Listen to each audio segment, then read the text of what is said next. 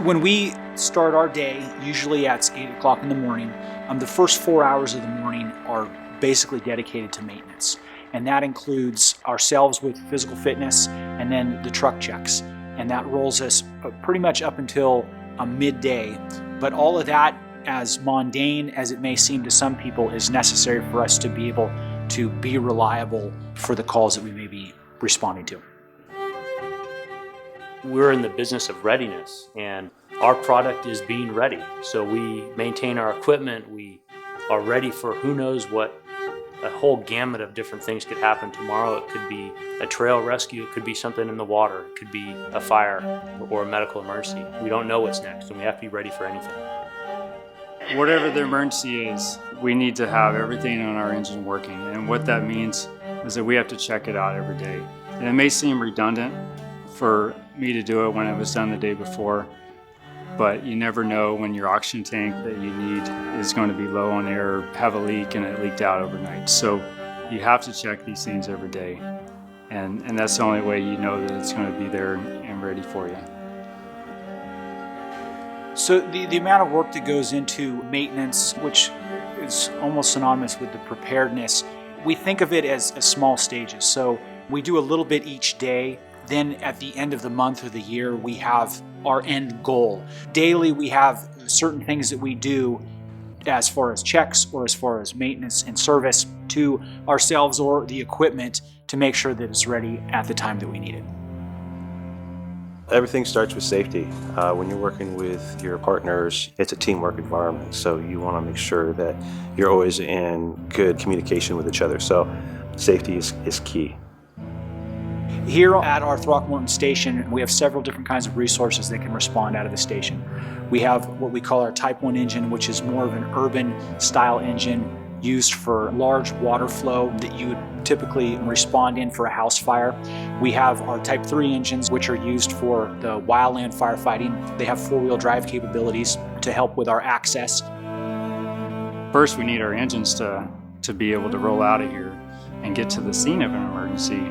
And then once we're there, we need all the equipment that we rely on to be there for us to operate. For instance, on a medical call, we need our suction units, we need our emergency defibrillators to be charged and working. For a fire, of course, we need our pumps to work. We need our hoses, our inventory to be there. Engine company operations and hose line management is one of the most fundamental skills necessary to be a firefighter in the American Fire Service. Pulling hose lines off fire engines is not a simple task. It involves a lot of teamwork, it involves some brute strength, and it involves a skill set of a lot of foundational training to become very efficient at maneuvering very, very heavy hose lines inside structures and putting fires out. Hose line operations really require a team concept.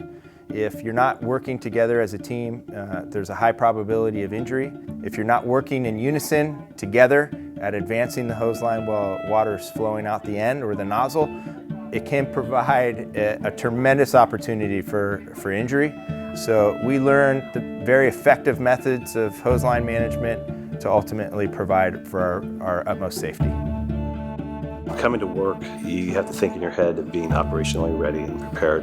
In my case, I'm an engineer that travels to different stations, so I'm always on different pieces of equipment that I haven't been on in several months, sometimes a year. So I really want to make sure that vehicle is squared away first thing I come in the morning. Operational readiness and preparedness is key to the safety and maintenance of our fire equipment. One of the other engineers found an issue with the brake system just from doing his Class B morning check. Something that stuck in with me, and after that I started being very retentive about my whole vehicle check. And since then to now, I found two potentially big safety issues with our brake systems on the engines. So, we're always thinking about safety and maintenance of our vehicles.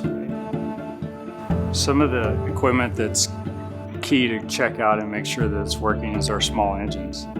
And just because they require gas and oil to operate, so we need to make sure that they're topped off and that they are able to start.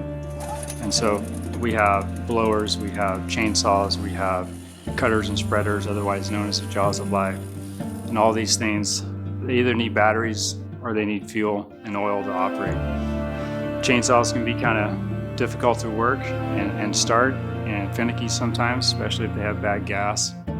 So everything's got to be fresh.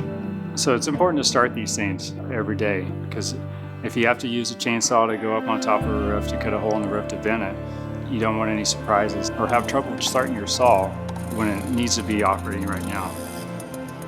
Part of a roof vent operation includes ladders, and ladders usually take more than one person to safely get deployed on a roof. Once we get it up there, it's a safety issue to have someone making sure it's secure at the bottom when someone's climbing the ladder. And so, like I say, it involves teamwork because it's more than one person. Getting on the roof, you always want to have the ladder extended over the roof so it's visible from the roof so people can see it in smoky conditions. You can see the tip of the ladder so you can get back to it. Readiness involves us learning the foundational skills that are necessary to perform vertical ventilation on our commercial and residential roofs. Ventilation training is one of our core competency skills that we develop and train a lot in. It's a very high-risk evolution for us to go on a residential or commercial roof and perform vertical ventilation. We're operating above, usually right above the fire, and there's a lot of opportunity for injury. You don't have to look too far around the nation and to see firefighters do sometimes fall through roofs and get injured or die. So we do everything to our best ability to train our foundational skills, our firefighters, to operate safely and effectively on the roof. So we train a lot about building construction.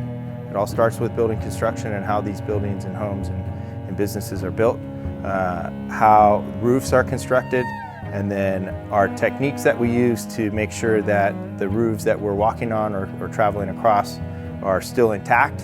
And then we go through the skill set necessary to go and cut the roof, provide some ventilation vertically, and then get immediately off the roof as soon as we can. And it all starts outside with us training day in and day out on those very skills. When we talk about teamwork in the fire service, it's essential for our existence. Not only that each team member knows what their role is, but they can work together well as a group to provide what's needed at the station level. And if each station is doing their job with strong teams in place, that then helps us reach our overall goal as a mission as the fire department. If we're at a structure fire and we want to operate some exterior water, we have what's called a master stream or sometimes a deck gun. It's a high flow device, usually on top of the engine. It flows a significant amount of water, 1,000 gallons per minute or more, depending on what tip you use. And so it uses a lot of water. You have to be hooked up to a hydrant or else you're going to drain your 500 gallons in your tank rather quickly. But what you get with that deck gun is an extremely large volume of water that can be placed on a fire that's well involved. It can take a lot of heat out of a fire, and it can be done from a distance away because it has a lot of reach.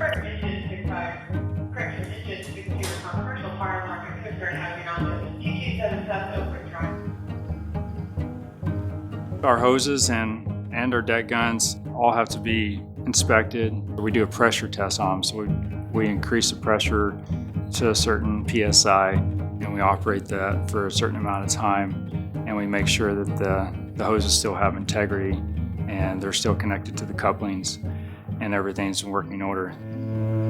Teamwork is important because this is not an individual thing we're doing here in the fire service. We not only rely on the people that we work with immediately, but our neighbors as well. So when we're going to an emergency and we have mutual aid coming in from our neighbors in this area, Mill Valley, Southern Marin, we have to be able to work with these people, and we do train with them so we know what to expect from each other. For instance, if we have a vehicle accident over the side and it's a complicated rope evolution, we know what the functions are, we know what the jobs are, and when we see jobs that are already filled, we know the ones that that need to be filled, and we just plug ourselves in to those roles that need to happen in order to get somebody up out of there, whatever the situation is. Readiness is far more than just maintaining equipment, staying physically fit. It's actually about training out in the field in areas where we know we're going to get calls. Marin County is a large tourist attraction throughout West Marin with the national parks out here, Fort Cronkite, Point Reyes National Seashore, Muir Woods National Monument. All of those attract a lot of tourists. So we need to stay very proficient in all of our skills, not just fighting fire, medical emergencies, but in how to perform those medical emergencies on a rope, down at the bottom, and then bring that patient back up and get him to a hospital as quickly as possible. Right now, we're preparing brand new firefighters for Marin County Fire Department and Southern Marin Fire Department, and rappelling down, so they're rappelling down 225 feet. And then they're walking across the beach, and then they're ascending up another rope, that 225 feet. They need to know how to rescue themselves as well as somebody else. So once they get down, if things happen that they need to get back up, they know how to get back up the rope. We know it's just a matter of time before we're going to have a call. It will happen, so we have to stay ready for it. Many people are not sure of what our business is, other than they see a fire engine show up. In many jobs, you produce a product, whereas in the fire service, we're producing readiness, maintaining our equipment so that at the drop of a hat, we're ready to respond to any number of emergencies and be prepared to go into action in the middle of the night, early in the morning, any time of the day. Readiness is our business.